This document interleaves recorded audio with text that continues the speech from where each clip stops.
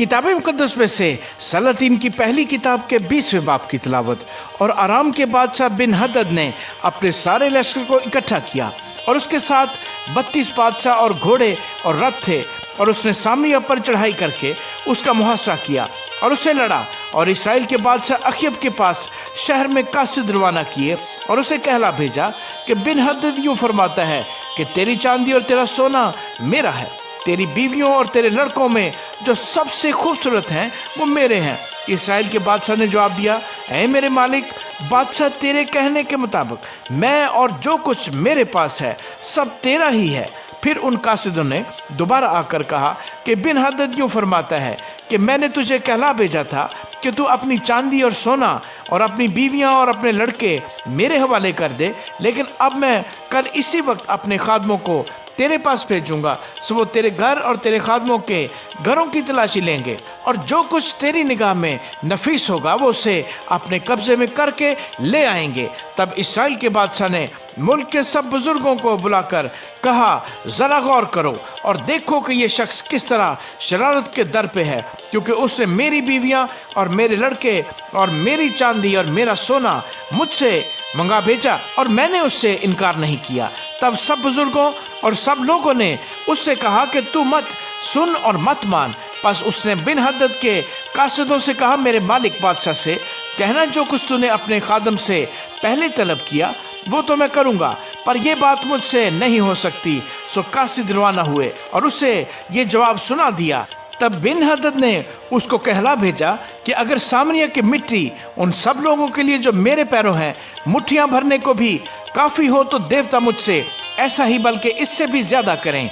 Shah Israel ने जवाब दिया, तो मुझसे कहना कि जो हथियार बांधता है वो उसकी मानद फख्र ना करे जो उससे उतारता है। जब बिन हदद ने जो बादशाहों के साथ साइबानों में मैनोशी कर रहा था ये पैगाम सुना तो अपने मुलाजमों को हुक्म किया कि सफ़ बांध लो। सो उन्होंने शहर पर चढ़ाई करने के लिए सफ़ अराई की, और देखो एक नबी ने शाह इसराइल अखयब के पास आकर कहा, खुदावंद यूँ फरमाता है कि क्या तूने इस बड़े हजूम को देख लिया? मैं आज ही उसे तेरे हाथ में कर दूंगा और तू जान लेगा कि खुदावंद मैं ही हूँ। तब अखयब ने पूछा, किसके वसीले से? उसने कहा, खुदावंद यूँ फरमाता है कि सूबों के सरदारों के जवानों के वसीले से।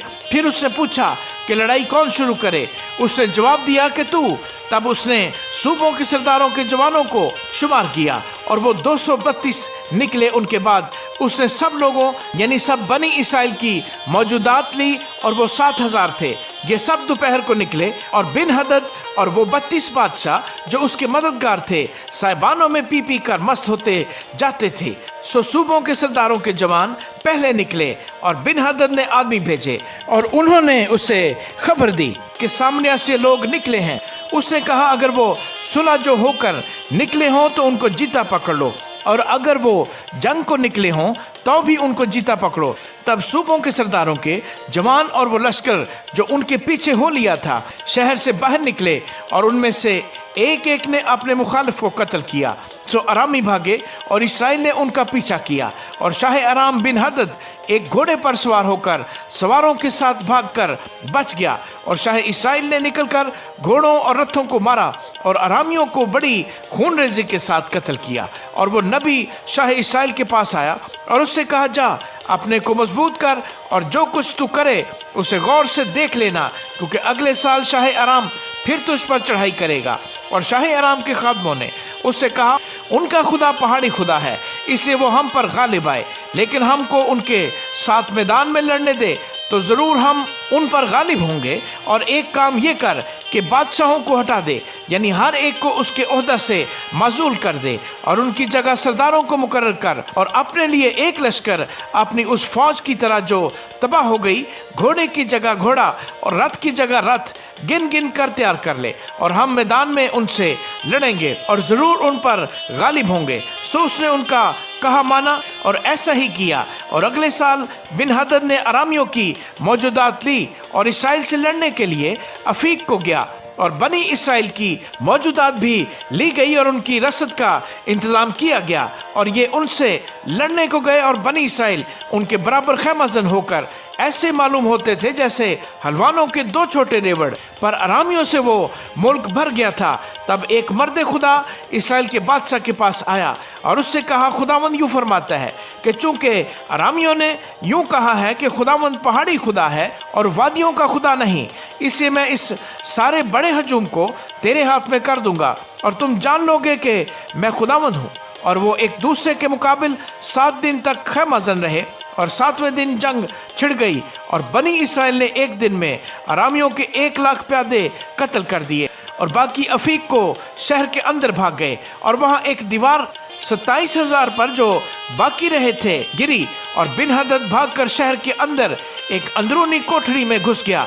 और उसके खादमों ने उससे कहा, देख, हमने सुना है कि इसराइल के घराने के बादशाह रहीम होते हैं, सो हमको ज़रा अपनी कमरों पर टाट और अपने सरों पर रस्सियाँ बांधकर शाह इसराइल के हजूर जाने दे, शायद वो तेरी जान बख्शी करे। सो उन्होंने अपनी कमरों पर टाट और सरों पर रस्सियाँ बांधी और शाह इसराइल के हजूर आकर कहा कि तेरा खादम बिन-हदद यूँ अर्ज़ करता है कि मेहरबानी करके मुझे जीने दे। उसने कहा, क्या वो अब तक जीता है? वो मेरा भाई है। वो लोग बड़ी तवज्जो से सुन रहे थे, सो उन्होंने उसका दिली मंशा दरियाफ्त करने के लिए झट उससे कहा कि तेरा भाई बिन-हदद। तब उसने फरमाया कि जाओ उसे ले आओ। तब बिन-हदद उससे मिलने को निकला और उसने उसे अपने रथ पर चढ़ा लिया। और बिन-हदद ने उससे कहा, जिन शहरों को मेरे बाप ने तेरे बाप से ले लिया था मैं उनको फेर दूंगा और तू अपने लिए दमिश्क में सड़कें बनवा लेना जैसे मेरे बाप ने सामरिया में बनवाई। अखीब ने कहा, मैं इसी अहद पर तुझे छोड़ दूंगा। सो उसने उससे अहद बांधा और उसे छोड़ दिया। सो अंबिया ज़ादों में से एक ने खुदावंद के हुक्म से अपने साथी से कहा, मुझे मार, पर उसने उसे मारने से इनकार किया। तब उसने उससे कहा, इसलिए कि तूने खुदावंद की बात नहीं मानी, सो देख, जैसे ही तू मेरे पास से रवाना होगा एक शेर तुझे मार डालेगा।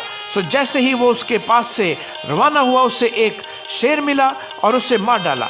फिर उससे एक और शख्स मिला, उसने उससे कहा, मुझे मार। उसने उसे मारा और मारकर जख्मी कर दिया। तब वो नबी चला गया और बादशाह के इंतजार में रास्ते पर ठहरा रहा और अपनी आंखों पर अपनी पगड़ी लपेट ली और अपना भेष बदल डाला। जैसे ही बादशाह उधर से गुजरा उसने बादशाह की दुहाई दी और कहा कि तेरा खादम जंग होते में वहां चला गया था और देख, एक शख्स उधर मुड़कर एक आदमी को मेरे पास ले आया और कहा कि इस आदमी की हिफाजत कर, अगर ये किसी तरह गायब हो जाए तो उसकी जान के बदले तेरी जान जाएगी और नहीं तो तुझे एक किंतार चांदी देनी पड़ेगी। जब तेरा खादम इधर उधर मसरूफ था वो चलता बना। शाह इसराइल ने उससे कहा, तुझ पर वैसा ही फतवा होगा, तूने आप इसका फैसला किया। तब उसने झट अपनी आंखों पर से पगड़ी हटा दी और शाह इसराइल ने उसे पहचाना कि वो नबियों में से है और उसने उससे कहा, खुदावंद यूँ फरमाता है, इसलिए कि तूने अपने हाथ से एक ऐसे शख्स को निकल जाने दिया जिसे मैंने वाजिबुल कत्ल ठहराया था, सो तुझे उसकी जान के बदले अपनी जान और उसके लोगों के बदले अपने लोग देने पड़ेंगे। सो शाह इसराइल उदास और नाखुश होकर अपने घर को चला और सामरिया में आया। आमीन।